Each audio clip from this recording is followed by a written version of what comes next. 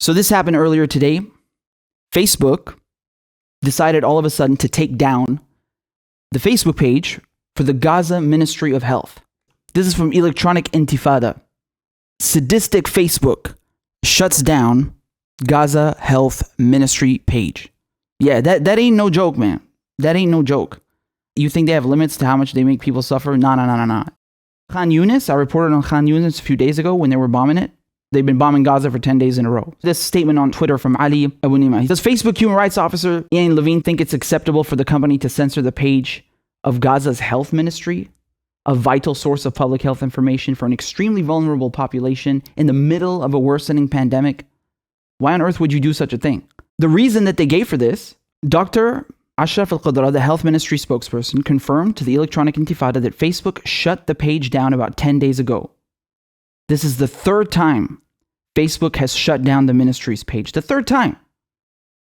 Al-Qadra said the pretext Facebook gave was that the ministry had used the words martyr or resistance. That's why they shut the page down. The word shaheed in Arabic, often translated as martyr, is used almost universally by Palestinians to describe any person, whether a civilian or a combatant, killed in the context of the conflict with Israel. I've written to Facebook's media office twice this week asking for an explanation. I've yet to receive any reply. So I want to just explain something to you guys really quickly, because this is also a language issue. You feel me? After the Beirut explosion, for example, the tragic explosion from 2 weeks ago, everybody was saying, Allah yarham al-shuhada, which translates to God have mercy on the martyred. Okay? That's all it means. Again, we're talking about in Lebanon, and this was an industrial accident, and that's it. But we still use that term martyred because it's like, it's a way of showing respect. It's a polite way to say it. That's it. Doesn't matter if you're Christian, you're Muslim, whatever. Everybody says that. It's a polite way. Okay? But Facebook and the West and the Western media and propaganda, they don't take that into account, and they omit it on purpose. They want to twist it into, oh, it's terrorism. Oh, they use the word resistance, martyr. Look at them. Those evil Arabs. That's what they're trying to do. They're fear-mongering, ignorant-ass racists. That's it. And the real reason that they shut down this page 3 times is because it exposes Israeli war crimes. Now, you got to ask yourself something, man. You got to ask yourself something. If what this page is posting, and remember, this is an official institute, government institute inside of Gaza, okay? This is the health ministry we're talking about. If what the health ministry is posting is so egregious and so offensive and so graphic that you have to shut down their page 3 times, maybe you should be asking yourself, what the fuck is Israel doing to Palestinians that is so graphic that we have to hide it from people? The page is not the issue. The Gaza Health Ministry is not the issue. These words are not the issue. They were not lost in translation, okay? The real reason is to cover up Israeli war crimes and the treatment and mistreatment of Palestinians. That's what it's all about. Let's not kid ourselves here, okay? Let's not kid ourselves here. There is an entire propaganda war that is waged on journalists, that is waged on government officials, that is waged on authors, on anyone who speaks out against Israeli crimes. We know this for a fact. This is not conjecture. They dedicate and allocate enormous amounts of time and personnel and money and resources towards smearing and character assassinating and going after people who expose Israeli war crimes. Okay? So they take that seriously because they don't want the truth coming out. They can't, because then it ruins their whole myth that they're the only democracy in the Middle East. So they come up with bogus excuses like this, like, oh my God, they said the word resistance. What? What's wrong with the word resistance? What's wrong with the word martyr? I mean, at this point, we know that it's not just about that. We know that. But they're essentially attacking the Arabic language. It's obscene. It's ridiculous. They're attacking Arabic culture, Arabic language, religions, the plight of the Palestinian people. This is obscene. It's unacceptable. As you can see here, for years, Facebook has been waging a campaign in cahoots with Israeli occupation authorities to silence and censor Palestinian media. It has shut down the accounts of and pages of dozens of Palestinian journalists and publications on the Israeli-supplied pretext that criticism of Israel and its crimes against Palestinians constitute incitement. Also, don't forget that Israel, that the Zionist occupation, purposely targets journalists. In 2014 alone, when they were bombing Gaza for 7 weeks, they killed 17 journalists who were wearing clear press markings. They shelled Al Jazeera's offices. 2 of those journalists who were killed were from the Associated Press. This is a regular practice that they implement in order to cover up their war crimes and hide what they're doing to the Palestinian people from the world. So, moreover, okay, it is labeled Palestinian journalism as hate speech. I mean, it's ridiculous, man.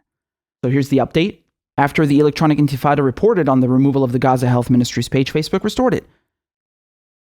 Ian Levine, the company's human rights officer, confirmed on a Wednesday afternoon, "Thank you for bringing this issue to my attention." Levine tweeted, "We were able to immediately restore the page, which was taken down in error." Yeah, sure. Taken down in error. No, it's not, man. This is a form of regular harassment. That's what it is. So, I mean, not only are they denying Palestinians their land, not only did they exile them, not only do they forbid them from rebuilding, from constructing, from having continuous flow of water and electricity, they impose curfews on them. Not only are they refused a state, not only are they refused their human rights, their dignity, not only are they refused to leave their own country and travel and just live in peace. No. They're going to bomb them. They're going to terrorize them. They're going to execute them in broad daylight. They're going to oppress them, commit genocide against them for 72 years. And if the health ministry, an official government body, even talks about what happens, they're going to be muzzled and shut down and silenced. I mean, if this is not oppression incarnate, and then Facebook employ people and give them these ridiculous titles like human rights officer. You call that human rights officer? Motherfucker, you should be posting about Palestine 24/7. You should be posting about Black Lives Matter 24/7. Yeah? You should be posting about what's happening in Hasake, Turkey cutting off the water supply. Mr. Human Rights Officer. What's your job? To silence people that are being oppressed? You're the human rights officer at Facebook, and your job is to cover up people having their human rights taken away? What a fucking contradiction. I mean, look at this, man. I want you to understand something, like the lengths, the degree to which they go in oppressing Palestinians. It's fucking frightening. This is not some Facebook page. This is the Gaza Health Ministry. You see people in Congress in the United States posting racist shit and getting away with it. How come their pages are never taken down? Huh? Why aren't they labeled fake news? Why do they get away with that? Oh, but the Gaza Health Ministry can't talk about the casualties that are being inflicted on them by the Israeli occupation? You shut them down 3 times? And now they can't even speak their own fucking language? You're trying to strip them of using their own language now? What the fuck? Unbelievable. Unbelievable. Right? So Facebook, they don't want to interfere, they said, right? They made a whole mess about how, we don't want to interfere in political discourse. And Mark Zuckerberg comes out, he's like, we don't want to take sides, and, we're not going to engage in labeling fake news and censoring people. And we care about having a platform, right, for public discourse. We're just going to take a laid back approach. But when it comes to Palestinians, now that's a whole other story, right? Once again, double standards for people of color. And there's a 3rd, 4th, 5th standard for Palestinians. So they're going to let white supremacists, they're going to let the scum of the earth, they're going to let people like Donald Trump misinform people, lie to their faces, promote hatred, promote wars, propagandize. But Palestinians can't even talk about the oppression that is being committed against them. And then they call themselves a democracy and champions of free speech. Fuck you.